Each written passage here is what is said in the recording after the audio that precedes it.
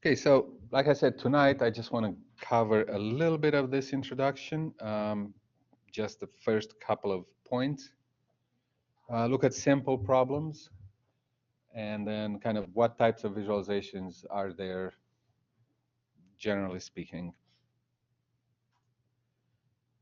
And this is kind of from chapter 1 of the Spence book. By the time we finish this set of slides, I do expect to kind of go through that chapter, not necessarily tonight, but when we finish this set of slides that are called lecture 1 or chapter 1. I think lecture 1. So here is a sample problem. What if I'm trying to play this game? I have 9 cards. Each of them has a number on them, 1, 2, 3. So there's only 9 cards with a number. And there's 2 players, and normal. The cards are upside up, so you can see the numbers. But initially they're in the middle of the table, and then each player takes turn and picks 1 card, and then the next player takes turn and picks 1 card. And they keep going until one of them has 3 cards that add up to 15. Any of the 3 cards that they have. So the goal is for you to get to 15 and also to prevent the other person from getting to 15 by picking the numbers. So anyone wants to play this? I'm using visualization help here. So you want to? Anyone wants to pick something? So 9. Somebody picked 9. Okay, I'll go ahead and do 5. Somebody picked 6. Remember, you have to have 3, not 2. So yes, you have 15, but it needs to be sum of 3. Okay, so I will go ahead and do a 2. Oh, no, I'm wrong. I shouldn't have taken 2. Somebody took 7. Okay. Then I do an 8 and I'm done. I picked 5, 2, and 8. And you don't have it. You're not there yet. You don't have 15.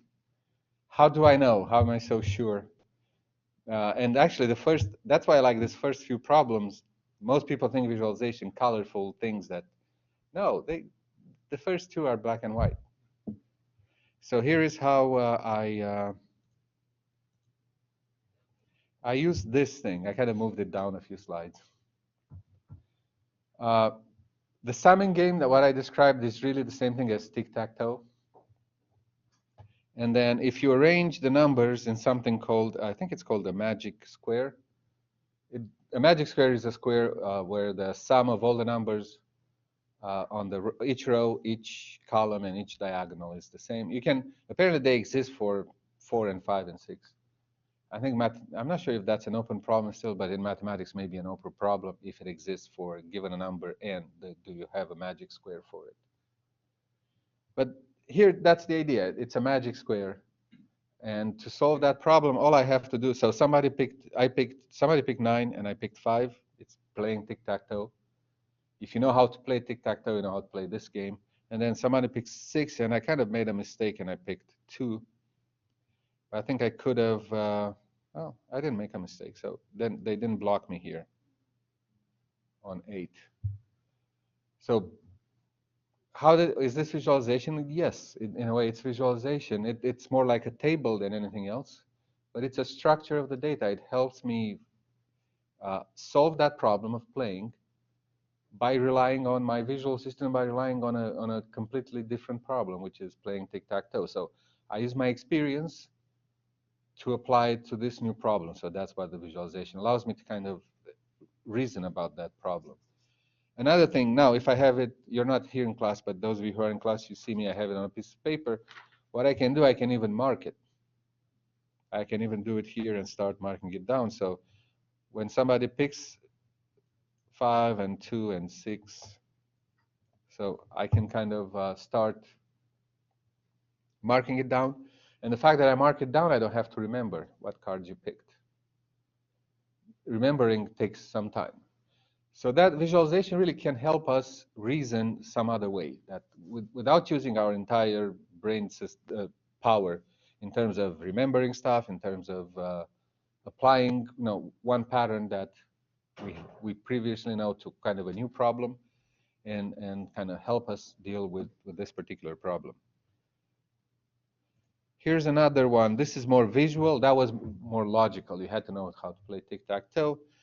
But I was reading this article, gates, in computers, in not computers, but pretty much all circuits or digital circuits, they have gates. You have AND gates that do an AND, logical AND. So true and true is true, true and false is false, and so forth. So 1 and 0, true and false gets to 1 and 0. Then you have OR gates, kind of the opposite of AND, not well, the complementary. And then they have NOT gates and all that. And having gates put in an expression, something if you put X and Y or Z and so forth, that's a relatively hard problem to solve. So they were thinking, what if we use our visual system? So we use this virtual or visual wire that they have here. And they just use a 1 and a 0. And if you look at it, at least to me right now, you may be seeing some different. But it appears that a 1, if you kind of look from top to bottom, it goes into the screen. And a 0 comes out of the screen, if you look from top to bottom. So this paper was talking how they studied all these different things. And so, for example, at the top you have AND gates, and at the bottom you have, OR gates are at the top, AND gates are at the bottom. And then just looking at it, it gives you the idea whether that particular thing comes out of the screen or into the screen, kind of looking at it from top to bottom. And they've done some studies, and people were able to guesstimate pretty, like 7% accuracy, the results of these gates. Just are they going in, are they coming out, just by looking at it. So this is using purely our visual system. You don't have to think about it, you don't have to do any and or, you don't even have to know what they mean. You just look at it and give the answer. So again, it's kind of helping us solve a problem to figure out the result of a logical operation.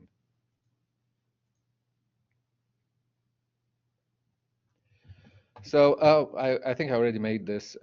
Graphics, does it make us smarter? Yes, a little bit, because we can reason about the problem. It's interactive and a previous experience. And finally, the third sample problem that I have is this example of a mutilated chessboard. And dominoes, 2 pieces.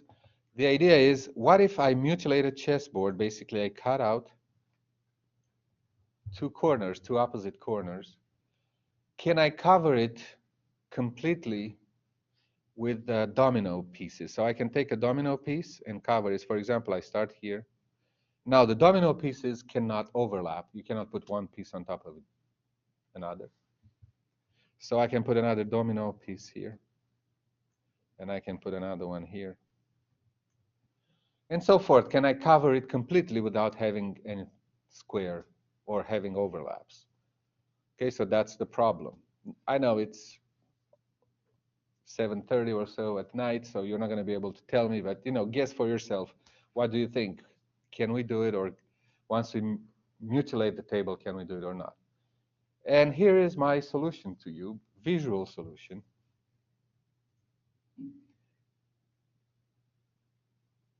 And the visual solution is this. Once I start coloring black and white, which is a normal chess table, then I realize that every time I lay one of the pieces on top of the board, I'm going to cover a black and a white. So if I start laying down domino pieces, each domino piece is going to cover 1 black and 1 white square. But if you look at what I cut out, I cut out 2 white pieces. So there is no way for me to cover it completely, no matter what I do, because 2 white pieces are missing, and a domino piece always covers both colors. So I don't have the same number of colors anymore. There's more black than white in this mutilated chessboard. So that's the visual answer. And again, just to and I'd like you to do this with visualization. Visualization can help with some things, but not with everything. And also, visualization may not be the only solution. Here is another solution that's more, I don't know. its textual solution to the same problem of the mutilated chessboard. Again, now once you realize you remove two white pieces, then the solution is this.